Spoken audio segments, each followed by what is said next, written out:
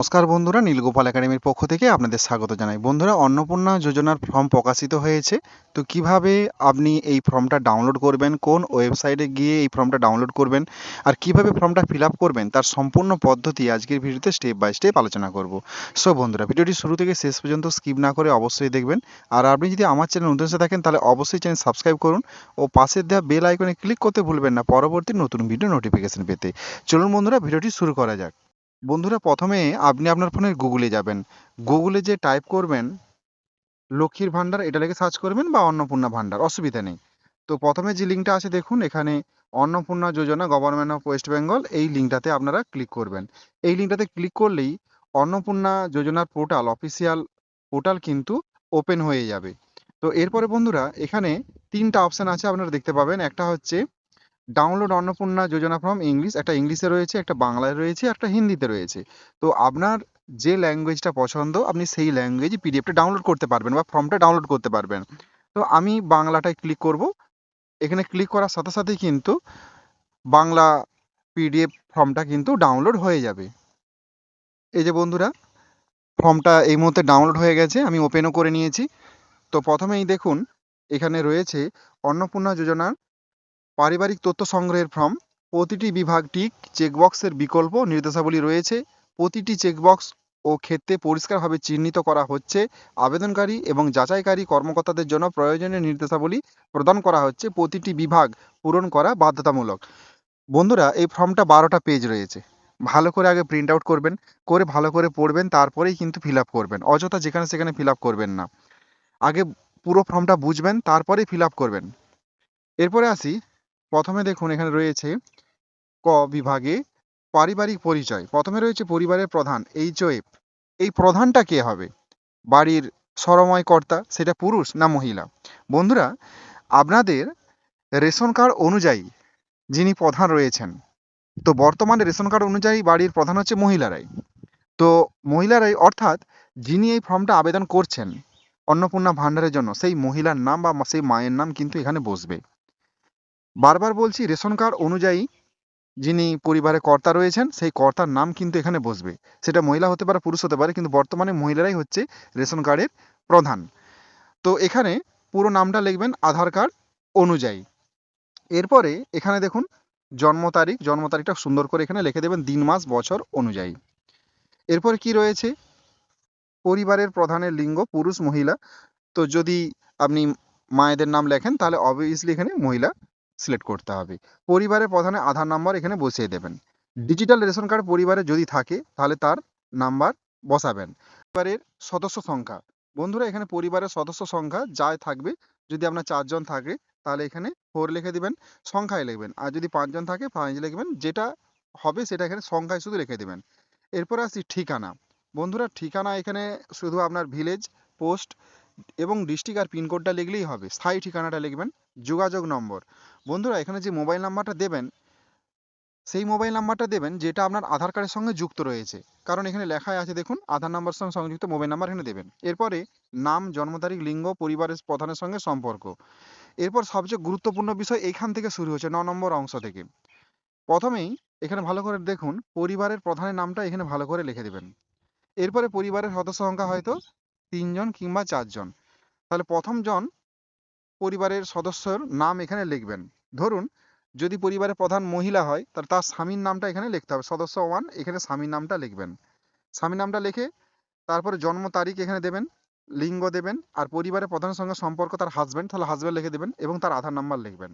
কিন্তু এই অংশটা আবার লক্ষ্য করুন, এখানে বলা হয়েছে যে অন্নপূর্ণা যোজনার জন্য আবেদন করা হচ্ছে। হ্যাঁ, যখন আপনি বন্ধুরা এখানে আপনার স্বামীর নামটা লিখবেন, এই অংশে যখন স্বামীর নামটা লিখবেন তখন এই যে হ্যাঁ অপশনটা আছে, এই হ্যাঁটা টিক মার্ক দেবেন না।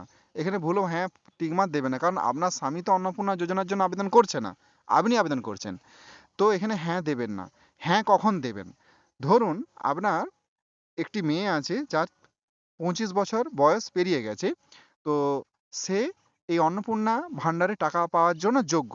তখন যখন আপনি তার সেই মেয়ের নাম লিখবেন, জন্ম তারিখ, লিঙ্গ, পরিবার সম্পর্কে এবং আধার নাম্বার লিখবেন, তখন এই যে হ্যাঁ অপশানটা এখানটায় আপনি টিক মার্ক দেবেন। কারণ সেই মেয়েটি এই মুহূর্তে অন্নপূর্ণা যোজনায় টাকা পাওয়ার যোগ্য, তখন এটা হ্যাঁতে টিক মার্ক দেবেন। এইভাবে সমস্ত যতজন পরিবারের এখানে ৫ জন, আপাতত ৫ জন সদস্যের নাম কিন্তু অ্যাড করা যেতে পারে।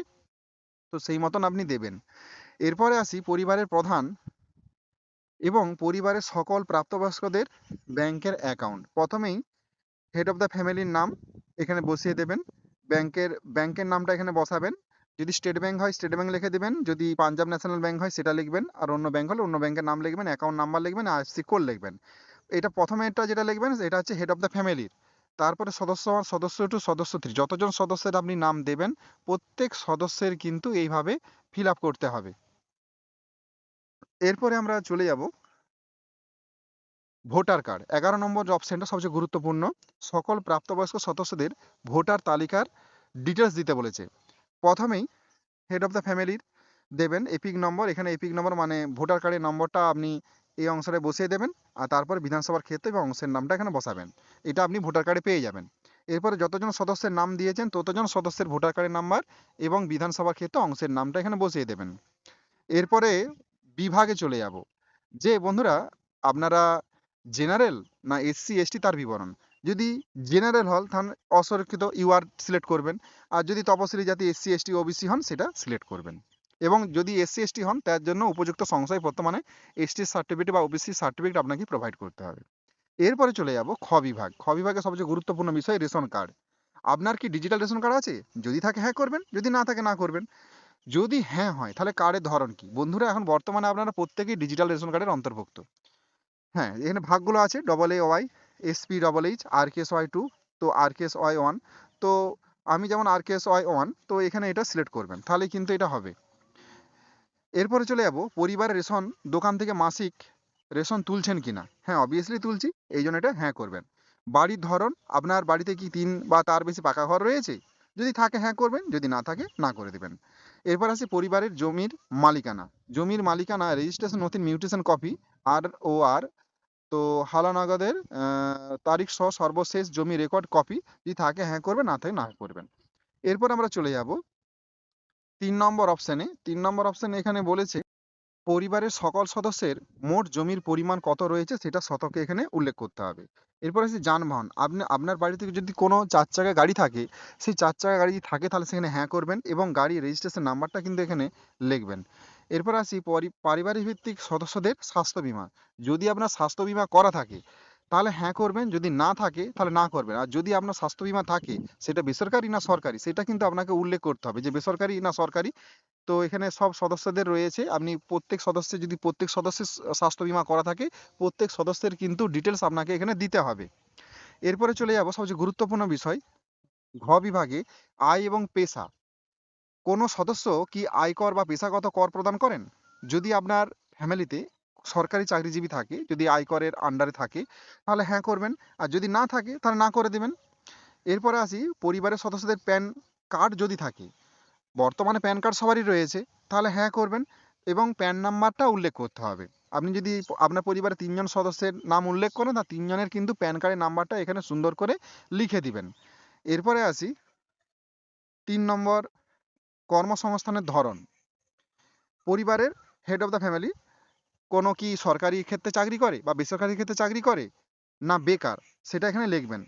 তো অনেকগুলো অপশান রয়েছে, তো যেটা আপনি করছেন যে কাজে বর্তমানে যুক্ত রয়েছেন সেটা লিখবেন। আর যদি কোনো কাজ না করেন, যদি হাউস ওয়াইফ হন বা বাড়িতে নর্মাল কাজ করেন চাষযোগ্য চাষবাস করেন, সেক্ষেত্রে আপনি বেকার বলে দেবেন, কোনো ঝামেলা নেই, তার জন্য কোনো রকম নথি জমা করতে হবে না। আর যদি কোনো চাকরি করেন তার জন্য উপযুক্ত নথি কিন্তু জমা করতে হবে। এরপর আসি, এগুলো প্রত্যেক সদস্যের জন্য রয়েছে একই রকম সিস্টেম। এবারে সবচেয়ে গুরুত্বপূর্ণ একটা জিনিস, সেটা হলো পরিবারের শিক্ষিত প্রাপ্তবয়স্ক সদস্যদের সংখ্যা, পরিবারের অশিক্ষিত প্রাপ্তবয়স্ক সদস্যের সংখ্যা। প্রথমে আছে পরিবারের প্রধান, সে কি শিক্ষিত না অশিক্ষিত?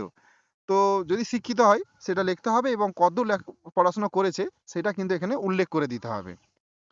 এরপর আমরা চলে যাব 5 নম্বর অপশন, সেটা হলো যে কোনো সদস্য কি কোনো সাংবিধানিক পদ বা মন্ত্রী, সাংসদ, বিধায়ক, পৌর স্থানীয় সংস্থা, মানে আপনার ফ্যামিলির মধ্যে কেউ যদি পঞ্চায়েত মেম্বার হন বা পঞ্চায়েত প্রধান হন, সেটা যদি থাকেন তাহলে হ্যাঁ করবেন, যদি না থাকে না করবেন। যদি হ্যাঁ করেন তাহলে কোন পদে রয়েছে সেটা কিন্তু এখানে উল্লেখ করতে হবে, আর না করলে কোনো ঝামেলা নেই। কোনো সদস্য কি সরকারি পেনশনভোগী? যদি সরকার থেকে কোনো পেনশন আপনার বাড়িতে কেউ পেয়ে থাকে তাহলে হ্যাঁ করবেন। তো যিনি সরকারি পেনশনভোগী তার সদস্যের সংখ্যা এখানে লিখতে হবে। আর কি রয়েছে, কোনো সদস্য কি জিএসটির অধীনে রয়েছে? যদি থাকে হ্যাঁ করবেন, যদি না থাকে না করে দেবেন। এরপরে রয়েছে পরিবারের মোট বার্ষিক আয়, সেটা আনুমানিক যেটা হবে পঞ্চায়েত থেকে আপনাকে যেটা দেওয়া হয়েছে ইনকাম সার্টিফিকেট, সেখানে যা লেখা আছে সেটা এখানে লিখে দিবেন। এরপরে আসি সিএএ আবেদন এর বর্তমান অবস্থা যদি থাকে। পরিবারের প্রধান প্রযোজ্য নয়, আবেদন করা হচ্ছে যদি হ্যাঁ হয়।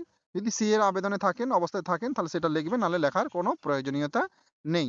এরপর আমরা একদম চলে যাব যে আপনার বাড়িতে যদি কেসিসি কার্ড থাকে, কৃষক বন্ধু কার্ড যদি থেকে থাকে, এছাড়াও মৎস্যজীবী ক্রেডিট কার্ড যদি থেকে থাকে, এছাড়াও রয়েছে শিক্ষার্থী যদি কার্ড থাকে, যদি আম, শিল্পী ক্রেডিট কার্ড থাকে, তাহলে সেগুলোর নম্বর এবং আইডি সংখ্যা সেগুলোকে উল্লেখ করতে হবে। যে যেই সদস্যের, কোনো সদস্যের যদি কেসিসি থাকে তাহলে সেই কেসিসি নাম্বারটা এখানে উল্লেখ করতে হবে। এরপরে আসি সবচেয়ে গুরুত্বপূর্ণ বিষয়, সেটা হলো এসআইআর 2026-এ যাদের নাম বাদ পড়ে গেছে বা যারা বিচারাধীন রয়েছে তাদের এখানে পরিবারের প্রধানের সঙ্গে কি সম্পর্ক এবং তার বিবরণ কিন্তু এখানে দিতে হবে। এরপরে চলে যাব আমরা একদম শেষের দিকে, সামাজিক মর্যাদা এবং নির্ভরশীল ব্যক্তিগণ। তো এখানে রয়েছে বিদ্যালয়ে অধ্যয়নরত পরিবারের সকল শিশুদের বিবরণ। আপনার ফ্যামিলিতে যদি কোনো শিশু থাকে, যদি বিদ্যালয়ে পড়ে, তাহলে এখানে শিশুর নাম লিখবেন, কোন শ্রেণীতে পড়ছে, বিদ্যালয়ের নাম লিখবেন এবং সে সরকারি বেসরকারি না কোথায় পড়ছে সেটা এখানে টিক মার্ক দেবেন। এরপরে চলে যাব যে শিশুদের টিকাকরণের বর্তমান অবস্থা। শিশুর সংখ্যা, শিশুর কি টিকাকরণ শুরু হয়েছে বা সম্পূর্ণ হয়েছে? যদি টিকাকরণ শুরু হয় তাহলে এখানে হ্যাঁতে করবেন, আর যদি টিকাকরণ না হয় তাহলে নাতে করে দেবেন। আচ্ছা, এরপরে চলে যাব আমরা সরকারি প্রকল্পের আওতা সুবিধা। আপনি কি কোনো সরকারি প্রকল্পের সুবিধা ডিবিটির মধ্যে পাচ্ছেন? যদি পান তাহলে হ্যাঁ করবেন, আর যদি না পান না করবেন।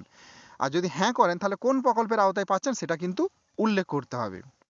এরপরে আমরা চলে যাব একদম শেষের দিকে, যে এখানে একটা গুরুত্বপূর্ণ বিষয়, সেটা হলো বাদ দেওয়া হলো কারণ এবং অফিসার কর্তৃক পূরণীয়। বন্ধুরা, এই অংশটা কিন্তু ফিল আপ করার কোনো প্রয়োজনীয়তা নেই। যখন আপনার এই ফর্মটা ফিল আপ করার পর তো অনলাইনে জমা পড়ে যাবে। তো অনলাইনে সাবমিট করার পর যদি আপনার ফর্মটা রিজেক্ট হয়ে যায়, কি কারণে রিজেক্ট হলো সেইটা এই অংশে লেখা থাকবে, ভালো করে দেখে নিন। এই যে একদম শেষ মুহূর্তে দেখুন এই 2 নম্বর অপশনে, যদি আপনার রিজেক্ট হয়ে যায়, কি কারণে রিজেক্ট হবে সেটা এখানে লেখা থাকবে। তো সেটা আপনি বুঝতে পারবেন যে আপনার ফর্মটা কি কারণে রিজেক্ট হয়েছে। এরপরে আর কিছু নেই, আমি এই মর্মে ঘোষণা করছি যে উপরে প্রদত্ত তথ্য আমার জ্ঞান ও বিশ্বাস অনুযায়ী সত্য এবং প্রযোজ্য ক্ষেত্রে আমি সকল সহায়ক নথি প্রদান করেছি এবং ওপরের উল্লেখিত কোনো মানদণ্ড বাদ দিইনি। আমি অবগত যে আমার প্রদত্ত কোনো তথ্য মিথ্যা প্রমাণিত হলে আমার সামাজিক সুরক্ষা সংক্রান্ত সুবিধাসমূহ বন্ধ হয়ে যেতে পারে, বলে আপনি এখানে সিগনেচার করবেন। ব্যাস, তাহলে আপনার ফর্মটা পুরো কমপ্লিট হয়ে যাবে। আর কিছু নেই, দ্রষ্টব্যে রয়েছে পরিবার বলতে এমন একদল ব্যক্তিকে বোঝায় যারা সাধারণত একসঙ্গে বসবাস করেন এবং একই রান্নাঘর থেকে খাবার গ্রহণ করেন। যাই হোক, এবারে এখানে আপনি সিগনেচার করবেন আর ফর্মটা কিন্তু ইনপুট করবেন। তবে এখনো অনলাইনে আসেনি, অনলাইন 3 তারিখ থেকে শুরু হচ্ছে। তো আপাতত এটা আপনি ডাউনলোড করে প্রিন্ট আউট করে এটা ফিল আপ করে নিন। ফিল আপ করে নেবেন, তারপরে আপনি অনলাইনে এটা দেখে দেখে ইনপুট করবেন। আর যদি অনলাইনে না পারেন তাহলে আপনার নিকটবর্তী বুথ অফিস এবং পঞ্চায়েত অফিসের যে ক্যাম্প হবে সেখানে আপনি এটা জমা করে দেবেন। আর যদি আপনার প্রিন্ট আউট করানো না, প্রিন্ট আউট করতে কোনো সমস্যা থাকে তাহলে একটু অপেক্ষা করুন, কারণ বুথ অফিস এবং পঞ্চায়েত অফিস থেকে এই ফর্মটা আপনাকে দেওয়া হবে। এটা টোটাল 12টা পেজ রয়েছে, আপনি ভালোভাবে ফিল আপ করবেন, ফিল আপ করে আগে সব ঠিকঠাক থাকলে তখন জমা দেবেন।